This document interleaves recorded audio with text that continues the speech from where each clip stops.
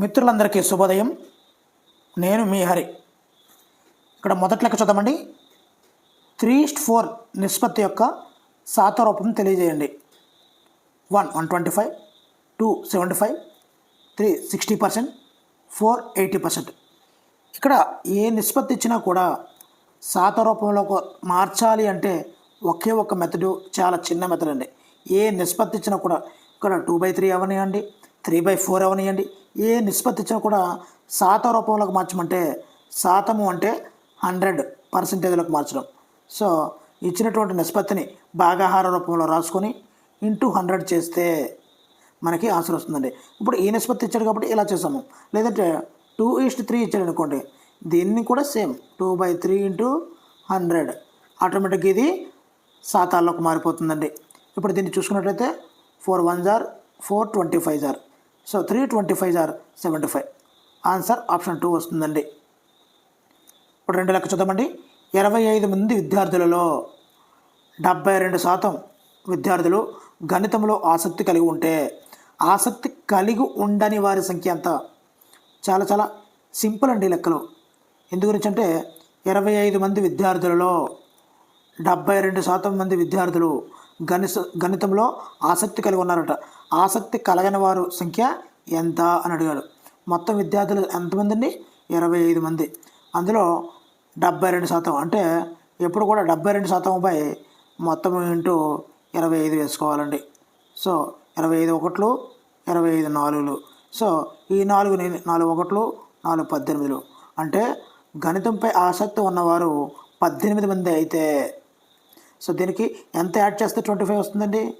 So 7 add చేస్తే, అంటే వీళ్ళకి గణితం మీద ఆసక్తి లేదు, వీళ్ళకి గణితం మీద ఆసక్తి ఉంది. అంటే ఎంత పర్సంటేజ్ అడిగాడు అన్నది చాలా చాలా ముఖ్యమండి. ఓకేనండి. సో పర్సంటేజ్ బై 100 ఇంటూ ఎంతమంది విద్యార్థులు ఇచ్చారో దాంతో చేసేస్తే మనకైతే ఆన్సర్ అయితే వచ్చేస్తుందండి. ఇప్పుడు మూడో లెక్క చూద్దామండి. ఒక వస్తువు ప్రకటన వెల 840 రూపాయలు అయినా అమ్మకపు వెల 714 రూపాయలు అయినా రుసుము శాతం ఎంత? ఇక్కడ ఏదైనా లెక్కను మనం చేసేటప్పుడు జాగ్రత్తగా ఉన్న విషయాలను ఒక దగ్గర నోట్ చేసుకోవాలండి తప్పనిసరిగా. ప్రకటన వెల 840 రూపాయలు. ఓకేనండి. అమ్మకపు వెల 714 రూపాయలు అండి. ఓకేనండి. మరి ప్రకటన వెల ప్రకటించారు, కానీ అమ్మడానికి వస్తే 714 రూపాయలు అమ్మారు. ఇప్పుడు తగ్గించిన సొమ్ముని మనము రుసుము అంటామండి. దీన్ని బాగా చూసుకున్నట్లయితే సో 6 to 126 రూపీస్ రుసుము కింద ఇచ్చి మనకి, సో మనం ఎక్కడైనా షాప్లోకి వెళ్తే చెప్పడం రేటు ఒకటి చెప్తారు, అదే ప్రకటన వెల అండి. మనకు అమ్ముతారు కొద్దిగా తగ్గించి, అది అమ్మకపు వెల అంటే. అప్పుడు రుసుము శాతం కనుక్కోవాలి అంటే ముందుగా మనం కనుక్కోవాల్సింది రుసుము అండి. సో ఇప్పుడు రుసుము శాతం కావాలి కాబట్టి రుసుముని మనము డిస్కౌంట్ అంటామండి. రుసుము శాతం ఈజ్ ఈక్వల్ టు సూత్రం మాత్రము రుసుము బై ప్రకటన వెల ఇంటూ 100 అండి. ఇది చాలా చాలా ఇంపార్టెంట్. సో ఇక్కడ రుసుము 126, ప్రకటన వెల 840 ఇంటూ 100. ఇక్కడ మనం బాగా చూసుకున్నట్లయితే 4 టేబుల్ క్యాన్సిల్ అవుతుందండి. 4 25s are 4 420.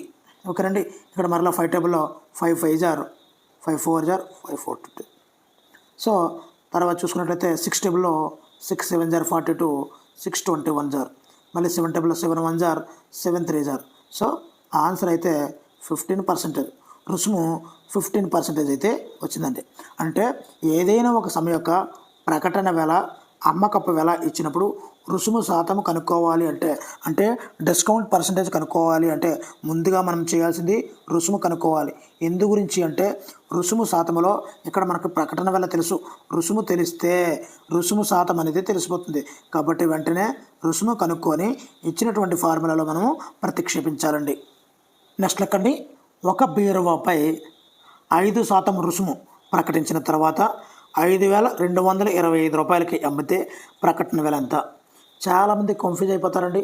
ఫార్ములా గుర్తు రాలేదని చాలా హైరాణ అయితే పడిపోతారు. అసలు దీనికి ఫార్ములాయే అవసరం లేదు.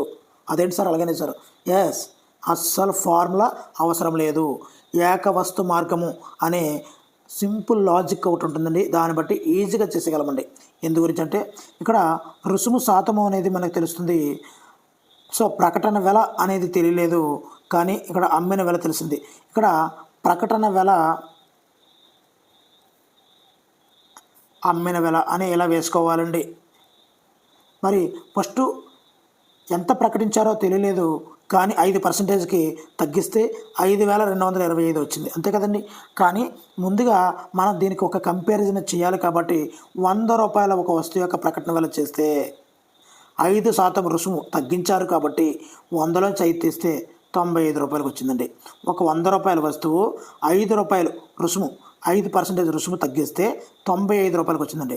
అదే ఎన్ని రూపాయల వస్తువు 5% తగ్గిస్తే 5,225 రూపాయలకు వస్తుంది.